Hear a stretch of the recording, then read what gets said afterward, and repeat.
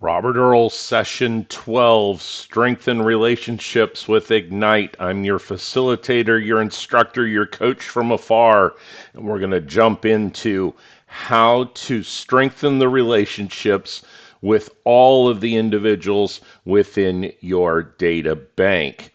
So, in session 11, we discovered the tools for converting leads into contacts and profitable business.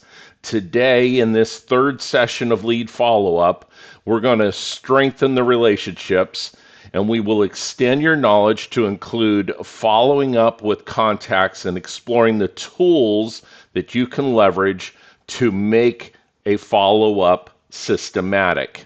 Now, we need to make sure that all of our follow up is done in a TCPA compliant manner. Check with your local office regarding the do not call list and other disclaimers. We've gone through and we have become a real estate expert. We know what to do to embrace what our job actually is, how we need to connect with the market and define our value proposition. We then need to start to take it out to contacts, to individuals, to start to do lead generation by building our database, our data bank, having specific ways that we can capture leads through open houses, through social media. We can also capture more leads with prospecting and marketing. And now we are in the lead follow-up portion, and we're going to work on strengthening the relationships of those contacts that we have in our database. So let's jump to our agenda today of what we're going to look at and what you're going to learn. By the end of today, you'll be able to apply follow-up principles to leads and contacts. We're going to create a 36 to convert touch plan, a 36 touch plan, design and use MOFIR messages that make offer for instant response that will generate interest, and will develop a strategy to grow the number of contacts in your database. To start thinking about what you'll learn today, let's consider what questions we might have about follow-up and what you're looking to learn out of this particular section. So, what mindset do we need to adapt when we are working with successfully nurturing relationships with contacts? You see, people work with agents whose emotional proximity, their Mindshare, is closest to them, the person that they have that most connection with, and when they think of real estate, they think of you. As a real estate professional, we can't control when the moment triggers that people are ready to buy, sell, or invest. What can we control? We can influence our emotional proximity to the people in our world through our follow-up, controlling the frequency and the intensity of our follow-up. Now let's start the conversation about mindset by thinking about how leads and contacts differ. Know that growth comes from clarity, priorities, and focused actions. In Shift, Gary Keller and his writing team remind us of these three things. The first two are thinking steps. First, we need to have clarity around our goals and priorities, and then we need to make sure that we get into action. So, as we establish that mindset, we've seen this particular chart before where we talk about leads and getting the leads in, and then having communications and the two-way communications that occur with your contacts. So leads, you have that one-way communication with. Contacts, you're engaging, you're back and forth between them. You're building a valued-based relationship to be able to have those dialogues, have those communications. You get to know more about them, what their potential wants and needs are, and know that their wants and needs are going to change and evolve over time. So we need to make sure that we're following the Y4C2Ts, and the C involved with that. One of the C's is communication, that we seek first to understand, that we take this approach in our conversations with contacts, that we have this in mind. We understand their needs. We could communicate with our contacts based upon those specific needs that they have. They're not just a name that we put in our database. They're not just an email address, that we're actually getting to know more about them. The way in which human nature works for a majority of people is, as you get to know more about them, as you ask powerful questions, they will start to ask questions about you. They will start to give you opportunities to sprinkle in your value proposition. What is important to you? What do you do that is different than other agents? Do you actually follow up when you say that you're going to follow up? They might have gone through 5 open houses over the course of the weekend. Are you the only one that's going to stay in contact with them, not just the 3 days or 4 days or week after the open house? Are you going to stay in contact with them over the course of a year, over the course of a career? I've heard Gary Keller say that many times. I'm not just looking to have a great year, I'm looking to have a great career. This principle that you have, this mindset that you establish, will allow you to really come from contribution and to seek first to understand. Focus on building relationships and take market share. This is the mindset that top KW agents have and have expressed to us over the years. See, it all starts with your mindset. So let's establish a mindset around following up with our contacts. Your database is just like a garden. And if any of you have gotten a direct email message from me, you'll see that I have a Bible verse in there, and it's not to be religious. It's actually a verse that talks about the parable of the sower, that there were seeds that were cast out, and it's not just a biblical story of a parable. I happened to be in Iowa one year when the corn seeds were being planted, and these big machines came out and spread the corn seeds around. And there were some of them that landed on the road. There's some of them that landed on the rocks. And as soon as the sun came out, they were burned up. They were not able to grow. There were others that landed down in the gully. And when they were in the gully, they were with the thorns, like the parable talked about. And they tried to grow, but they were choked out. And then there was others that landed in fertile soil. The fertile soil that was being fertilized, that was actually being watered, that it actually had the rows systematically created for them so that they could grow up. And those that landed in the fertile soil, they were, as the saying goes, knee-high by 4th of July as to them growing.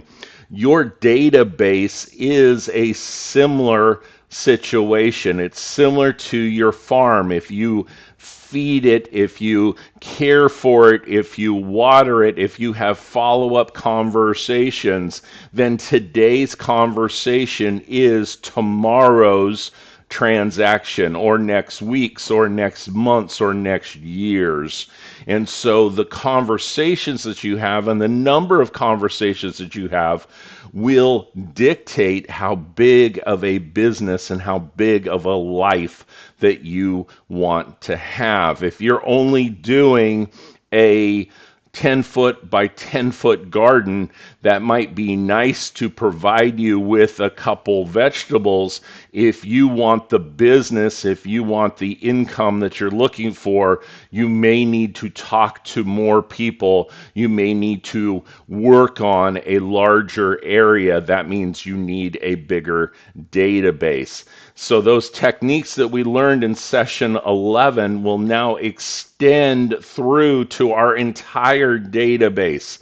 We discussed how to do that immediate follow-up, say when somebody came through an open house, and now we're going to transition them into doing the general follow-up to everyone that is in our contacts that are in our database. Once you meet your new contacts, you either do business with them immediately or you don't.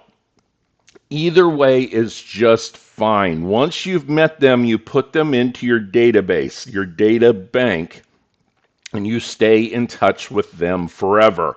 You have permission from Gary Keller to go ahead and follow up with them and follow through with them, again, doing so in a TCPA compliant manner. Now, there's another C within our Y4C2Ts that we talked about in session 1, and this would be commitment. Commitment in all things. Your database is one of the areas that commitment shows up. I'm going to have a contact in my database.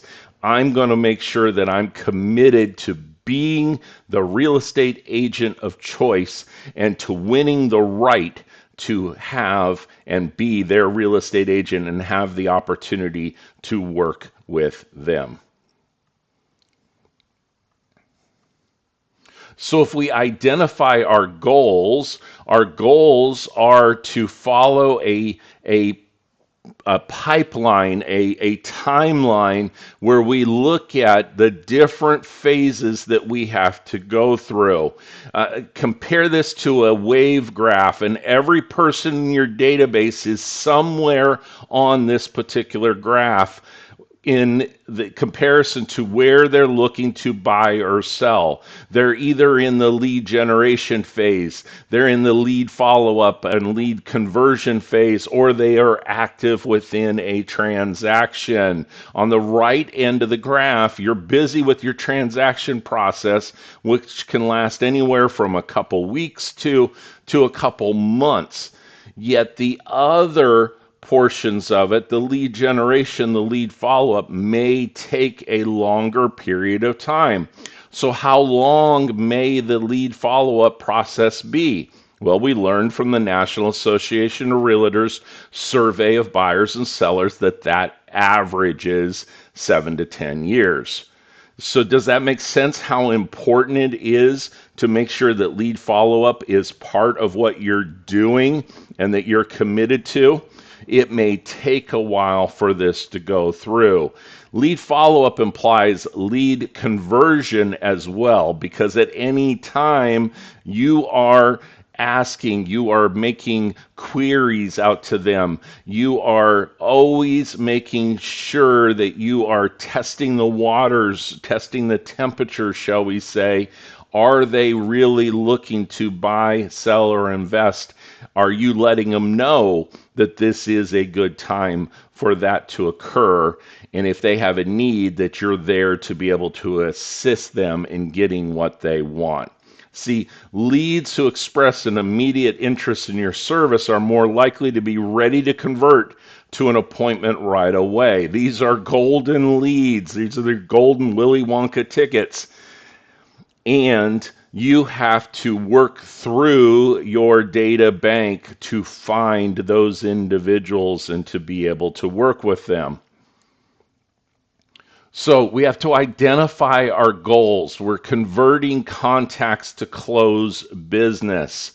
Our goal from session 11 was to convert leads to appointments, and we learned that not every lead is able, ready, and willing to meet at this particular time. When we encounter folks who are not ready for appointment, we use a immediate follow-up to stay in contact with them until they are ready for the appointment. Now, if you had to guess, how many times have you agreed to be in somebody's database, but you weren't ready to make the purchase right at that particular time? We belong to tens and hundreds of databases that we go through. So, have you ever signed up for an email list or text message just to get the discount code, but you didn't use it the moment that you signed up? Your database is just like that.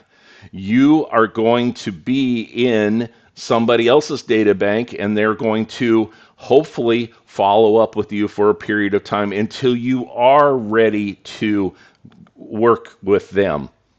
They may not have made the right offer yet. They may not have connected. I always love it when I hear folks that will say, well, I didn't know that the agent did that. I didn't know that they worked in this particular area. I didn't know that they actually listed homes for sale. I only thought they worked with buyers. Well, that was based upon the messaging that the agent had given to the potential people in their data bank. They were not communicating with them. They were not letting them know that I can be the real estate professional to help them. There's a tremendous amount of education that can go on through this time frame when you're doing your contact. You see, the goal that we're working with is to make sure that we are staying top of mind, that we're working on that Mindshare position. And these charts were taken a couple years ago because every year Gary Kettler and the KW Research Group puts these numbers out. And this last year, it was 81% of sellers only talk to one agent. The question is, are you going to be that particular agent? You need to stay on top so that when buyers and sellers think of real estate, they think of you. That's the definition of Mindshare. You remember in an earlier discussion that how many real estate databases each of your leads and contacts are in. They are in multiple different databases. They know more than one real estate agent. So how many different databases are you in? Have you ever visited a competitor's business open house, and have they followed up with you? Now, they may not have directly because they knew you were in real estate. Yet those folks that came through, there are others that are following up with the people in your database. You need to be consistent. You need to have messaging that stands out above and beyond. It naturally follows that the goal number 2 of nurturing our relationship with our contacts is to stay top of mind. The data shows that most sellers and buyers only interview 1 or 2 agents before they pick somebody to work with, and a majority of them only 1. That means if I'm not the first name that comes to mind when they think about real estate, I'm probably not going to get the appointment or get to work with them and to be able to go through there. This is where we use the example of Coke and Pepsi. It also applies to cell phone carriers. It also applies to airlines. It also applies to other types of fast food restaurants. You're seeing what I'm talking about is that there are certain things that stay top of mind. And so this is where we have to look at our goals and make sure that we are positioning ourselves to be the real estate agent of choice. That's our goal of what we're doing. We're also going to leverage this Mindshare for referral business. Our clients never stop being contacts. We continue to nurture our relationships with them even after the relationship. The little chart that we saw that goes up and down, just because they've reached the peak and we got paid doesn't mean that we stop following up with them. We're still continuing. Yes, things could have gone wrong with the home, with the transaction. What a great time for you to be in contact with them so that you can nip it in the bud, as they say. You can take care of the situation. And by doing so, you remain even more so at top of mind so that they feel comfortable and confident giving your information to somebody else. I want you to think about the last time that you bought a car. When you bought that car, The next thing you knew, I happened to get a Jeep Gladiator. Boy, next thing I knew, I couldn't believe the number of Jeeps and Jeep Gladiators that were on the roads. Now, they wave at each other, and that's something that brings it to top of mind. But just seeing them all over the place. Your contacts in your database are the same way.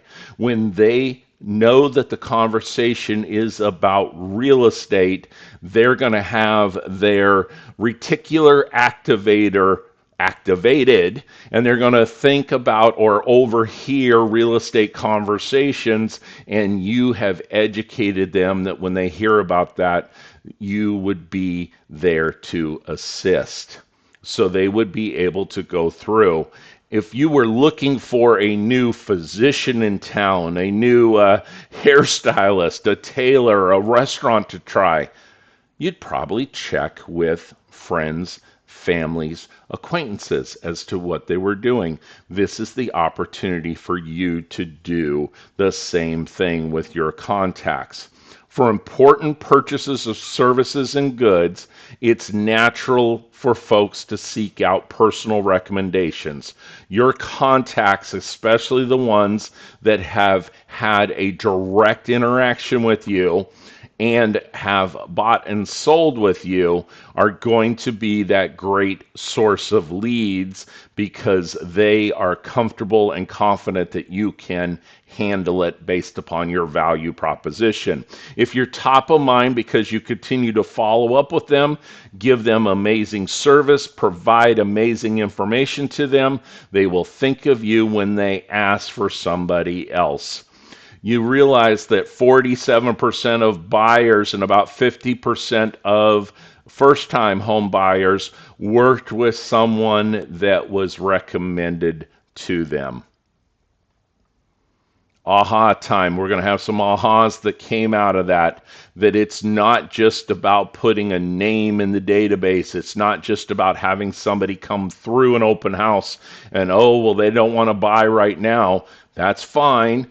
That's great. They don't want to meet with you right now. You continue to stay in contact with them because you're looking for a future time that you're cultivating it for a piece of business, for an appointment, and you are staying top of mind so that when there is a real estate need, then they turn to you. And you are right there at the ready to be able to assist them.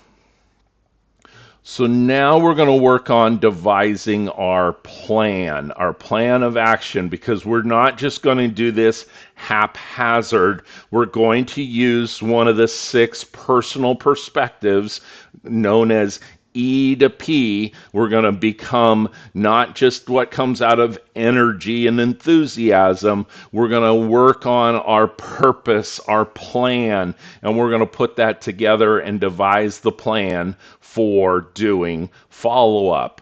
We have already looked at top agents and said, what are you doing to be successful? And those top agents have an immediate plan to connect, and then they have a long-term plan to convert, and they have the one to cement that key high-value touch that solidifies the relationship.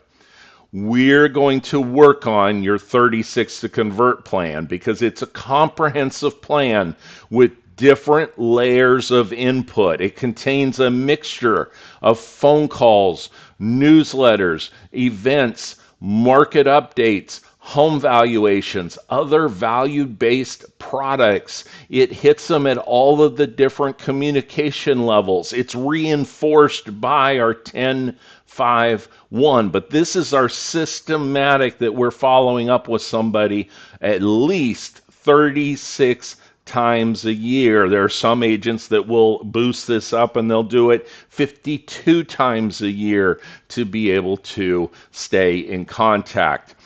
They're looking at the 4 phone calls to deepen the relationship. And there are specific classes, there are MAPS coaching programs that will walk you through how to do these quarterly calls, what to say, how to say it, when to call, even dividing your data bank into letters of the alphabet of their last name so that you're calling a set number each and every week. So check with your market center, check on KW Command for those MAPS programs that are there. So you're making the calls that go through here. The response rate you get to different message content will provide you information and feedback so that you know what's working and what people are ignoring so that you can modify and tweak your future marketing campaigns. The 26 touches are emails offering some type of information, some sort of value. This could be a monthly newsletter. It could be a monthly item of value. A great thing to do as well is some people lean into it and they'll use denominational, I'll say, contacts, Happy Easter, Happy Thanksgiving. There are others that will do non-denominational, Happy Donut Day, Happy Left-Hander Day, something that is a little bit more abstract. You can go online and find, I think every day of the year now has some sort of day that's associated with it. So you could make it a little bit of fun, also have your contacts that go out, also have a contest around it, have your social media posts that also are able to be in touch with them and reinforce so that you're staying top in mind. Notice that there's an overlap in touches regarding the monthly emails on the 19 to connect and the 36 to convert. Some of these messages can be used in both of the systems. Your promotional direct mail, your tchotchkes that you send out, your magnets, calendars, market reports. These work great for both parts of it. And when you're a newer agent, I would encourage you to not overthink it, to recreate, reuse, and be able to have someone be on both of the list at the same time. I don't mean both the lists, having the newsletter, the same newsletter, go to individuals that are halfway through the 19 to connect and then they graduate to the 36, they can get the newsletter. So we want to craft the message, and crafting the message can work with the 6 connector questions and would include a MOFIR, a make offer for immediate response. I would encourage you to look at including some sort of MOFIR, some sort of call to action in every single message that you send out. Our messages for the 36 touches should do 2 things. Build our connection to the contact by getting to know their needs and wants a little bit more, and 2, elicit a response from the contact that puts you into dialogue with them as quickly as possible. We call messages that do the latter, that elicit that response, making an offer for instant response. So the 6 connection questions are the who, what, where, why, when, and how that we went through in session 11. A MOFIR can be that direct offer, one designed to get a response for somebody. Sign up for this contest, register for this report, get more information, visit my video, put the video behind a sign-in page so that you know who it was that went over to this information, to this details. This would be a great opportunity for you to work with your productivity coach in your market center and brainstorm, mastermind at one of your next team meetings for your office the different types of MOFIRs, and the MOFIRs might be working in one marketplace with certain market conditions versus another type of market condition. So you're crafting and working on these particular message. Some of the examples that your study guide provides is the opportunity to offer a real estate market update, a CMA for their specific property. If they're an investor, for their property where they are not there. When it comes time for tax assessments, this would be a great time to do it. If you have a just listed, a just sold, for them to be able to contact you. If they have somebody that they know that has a particular home that your buyers are looking for in a particular school district, or certain characteristics of the home, a pool home, those types of things. Interest rates. What about prices of the home in your area? I always love to use the one of, do you want to know what the home down the street actually ended up selling for? In one of our training sessions yesterday, we realized that there were 3 homes that had gone under contract that were all priced listed at $400,000, yet when we looked at what the actual sold price was, they all sold from $375 to $385. That's a big difference. And homeowners knowing that will help them position their property correctly so that they are the next home to sell. That positions you as the expert. So part of devising the plan is taking the time and mapping out, whether it be on a whiteboard like behind me, whether you get out a yellow legal pad and you start listing out 1 through 36 of what you're doing, whether it is that you're going to your lowest paid assistant, as I like to call it, Chat GPT, and say, hey, I want to get this information. This is the type of plan that I'm putting together. I want this many calls. I want this information. I want the messaging to be this. Boom, it will give you information that'll come back.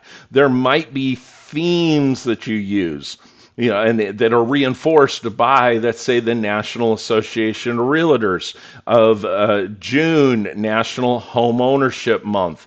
This would give you content that you would be able to reuse or utilize that has already been published. Certain articles, certain reports, certain items that were here. Now, this is part of the disadvantage that we're going to have in this particular segment, because if we were really truly doing this in our training room together, I would be getting out the dry erase marker. We would be asking and talking about the different steps that we would go through. That's why it's an opportunity for you to either drop me a message directly and we'll set up a session to do that, or revert back to your market center for them to be able to help you out in putting together this very, very valuable plan. Another thing that I have the folks that are in my class, I have them do, I have them add me to their data bank so that I can get their messages that come out. And what's interesting, I have a gentleman in San Antonio, Texas, that for 10 years now has every single month messaged me. I've had others that have faded off, that they've done something with their data bank, that they've removed me for some reason. Well, I might be entering that window for 7 to 10 years, and here they have pruned the tree. They've pruned me out of the data bank. I'm not hearing from them anymore.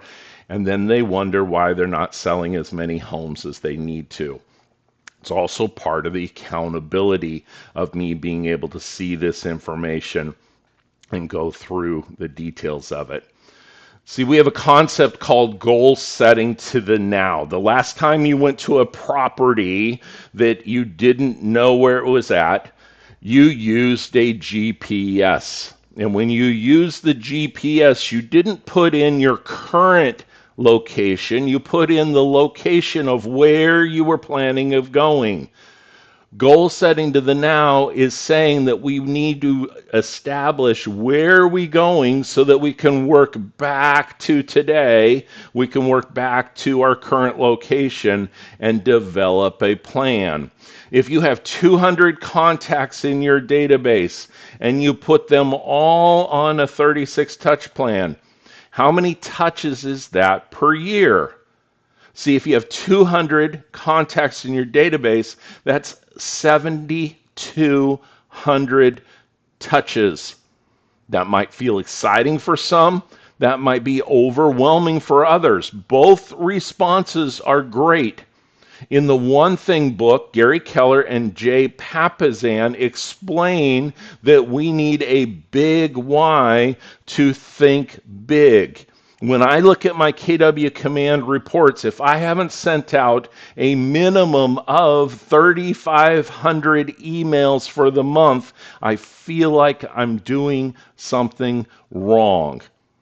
I have to have that many communications going out to continue to reinforce the mind share that if you want to be successful in real estate, you need to work with me. They also share in the One Thing that the way to get there is to break down your goal, your someday goal, into smaller and smaller and smaller goals until you get to the daily goal right now, until you get to the one thing, thus by doing makes everything else simpler or unnecessary.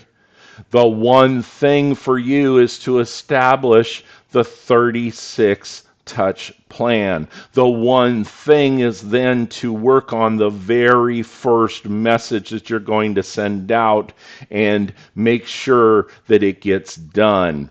We've already started now with our 1 year goal. We intend to touch every contact in our database at least 36 times in the next year. To stay motivated and keep up with your touches, remember that every touch is getting you closer to that someday goal of 7,200 touches for the entire year. That's pretty powerful when you think about it from that standpoint. Now we go through and we actually start to plan out the touches. How many people in your database are contacts, people that you do have permission to have the contacts? Do I have them tagged correctly? Can I make sure that I look at the number of phone calls that I'm going to have? Which ones of these are going to be emails? Do I need to write out the email messages? How many calls per week do I need to do in order to get that number? If I've got so many in my data bank and I'm working on it every quarter that I'm going to call them, then do I have that down to how many every week? And how many every day do I need to be calling in order to get through my data bank? That's where the MAPS coaching program or additional work with your productivity coach, myself, can help you break down the details of planning your touches. If it's not in your schedule, it doesn't exist. Another way in which you can do this is with SmartPlans. SmartPlans will combine the 36 touches between tasks. It won't make the phone calls for you. And when you do make the phone calls, you'll make them in a TCPA compliant manner. You'll have to scrub through the do not call list, but it will remind you that there's a task that it's now time to call someone.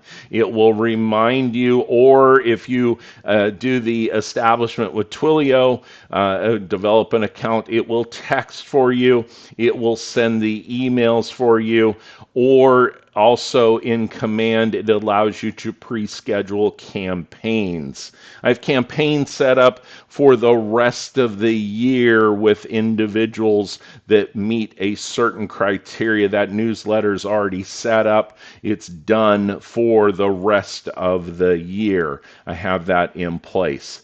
So, Smart Plans, there are already some pre-written Smart Plans that you can look through. This is something for you to also coordinate with, set an appointment with your Market Center Tech trainer, your MCTT, and work on getting your smart plans up and running. Good old aha time. What are some of the ahas? I could do this on a themed basis. So I have a themed newsletter that goes out that talks about spring cleaning, that talks about the dog days of summer, that talks about back to school, that talks about sports season coming up. It talks about being grateful for them in November. It talks about the holidays and getting your home ready to sell. And you know what? The holidays are an absolutely fantastic time to sell your home because it's decorated. And people love to come into houses that are decorated. And then you get your contract, and then you're able to make your move in January and start your new year. There's no right or wrong time to sell a home. So you're educating all along, and that helps you with your business. Breaking up your phone calls into the different segments. You may not know how many phone calls you can get through in an hour period of time. You don't know how many contacts you're going to make for a period of time. You will have to track that, know your numbers, and get to the point where you're able to say, I can make this many contacts per hour, divide that into your data bank, and know that this is the time that you need to set aside. And if you don't have business yet, you have nothing but time to be able to make those contacts. As we go through the ahas, we're also thinking differently, that if it's not in my schedule, if it's not in my smart plan, if a person isn't on an actual plan, if I don't take the time and design the route that I want to take them on, then I'm not really going to have it occur. It's just not going to magically occur. I have to make it happen. My thinking has now changed around that. That makes me feel better in that there will be work going on behind the scenes with messages that will elicit responses and that will keep me top of mind. I just have to take the action to set these items up, and I'm going to learn more about the tools and the models to put in place, and that when it does pop up that there's a task for me to make a phone call, I'm actually going to do so. Those are my ahas to achievement. All right, let's jump into our success system, because our success system continues to go on every single day, even though I took the rest of the day, a period of the day, and put together my 36 touch plan. I still need to be having conversations. I still need to be having contacts. It's not I'm doing this in exclusion of the other. I'm working on my 36 touch plan in exclusion of my contacts. I am doing my 36 touch plan, designing it, and that's a powerful word, and it's a bridge, it's a connector, and having conversations, and adding people to my database, adding contacts, and doing my handwritten notes, and blocking off my time to do my 10-5-1, and enriching myself, finding articles, finding enrichment, reading a chapter, reading a couple pages, listening to a podcast, doing those types of things so that I can and have my appointments, sign my agreements, and get my closings. All of your contacts being done in compliance with the Do Not Call list and TCPA. I engage every conversation in a spirit of contribution, and people are happy to be in relationship with me. I think you'll start to see now, if you knew that you were going to contact somebody, you were going to meet somebody new, and you knew that you had a system in place that was going to communicate with them all throughout the year, and they were going to hear from you a minimum of 36 times a year and provide value, I guarantee you'll feel more comfortable, more confident in having the original conversation. It will cause you to be purposeful about getting their email address or their phone number because you'll want to share. You'll want to contribute to their life and help them out by providing something that the average agent is not doing. Make sure that you make time with your role play. It's about time for you to be purposeful about this and schedule a follow-up with your role play partner, with your productivity coach to make sure that this is occurring. Put together your conversation list. Find out how SmartPlans can help you by giving you the task reminders, and then you just make your calls right down the task list. Do your actual lead generation. Document your follow-ups, update your contacts, make sure that you're reaching out to people, and then when you have the conversations, put your notes in there so that you can remember them over time. Would love for you to give an evaluation, whether it be the formal evaluation here at KW Eval, or leave a comment, drop a note to me. Get involved with KW Cares, KW Next Gen. Great opportunities for you to give back to the community. Celebrate your successes. If we were here in the room together, we would be talking about what have you done? Did you get your plan set up? Did you start making your phone calls? Show your screen and see that, hey, here's my task for tomorrow, so that all I have to do is make my calls and go through that. Those are the types of successes that I'm going to celebrate with you from afar. Good job in making it through to session 12. You only have 8 more to go. Celebrate your successes of getting through this particular sheet. Let's be honest, we're 12 days in. Have you ever had a day where you can give yourself an A on this because you did all of the conversations, all of the contacts, all of the handwritten notes, all of the 10-5-1, and took time for some enrichments? If you have done all of them, I want you to leave a comment in this video so that I can give you a thumbs up. Help is available on KW Command. That will be your portal to KW Connect, and our videos are additional instructional programs that are available. In our next session, as we start to take action in our next session that we go through, we're going to work on qualifying potential buyers and sellers. They raise their hand, but are they ready, willing, and able? We're going to make sure that we find that out, that we go through the steps so that you can start to qualify those potential buyers and sellers. We're almost there. This will finish up our follow-up phase, and then we will move to segment 4, where we actually talk about the skill sets and the actions of working with buyers, working with sellers. You're doing great. You've made it through session 12. Keep digging. We'll see you in session 13. Make it a great day.